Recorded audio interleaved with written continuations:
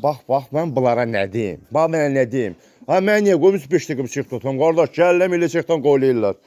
Bax, indi görməmişsəm, indi nə çıxardıb? Bax, gör, səndən bir şey soruşum. Bu Camalxanın nəvəsini tanıyırsan? Dəli Camalxanın nəvəsini. Əfsuslar olsun ki, mən Dəli Camalxanın nəvəsi haqqında heç nə bilmirəm. Allah. Bəlkə onda kömək edə bildim. Bu Camalxan nə? Bu Camalxan. Ay, video çekim var. Qoyacam Allah. Amma mən Dəli Camalxanın nəvəsi haqqında hələ də heç nə bilmirəm. Bəlkə başqa bir qızı haqqında. Yox. Camalxanın nəvəsini tanıyırsan? Camalxanın nəvəsi. Sozəlli tapdıq Camalxan.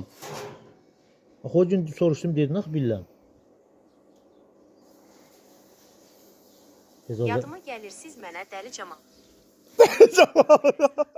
Ay, sağ ol, ha. Onu təkrar soruşmaq istəyirəm də.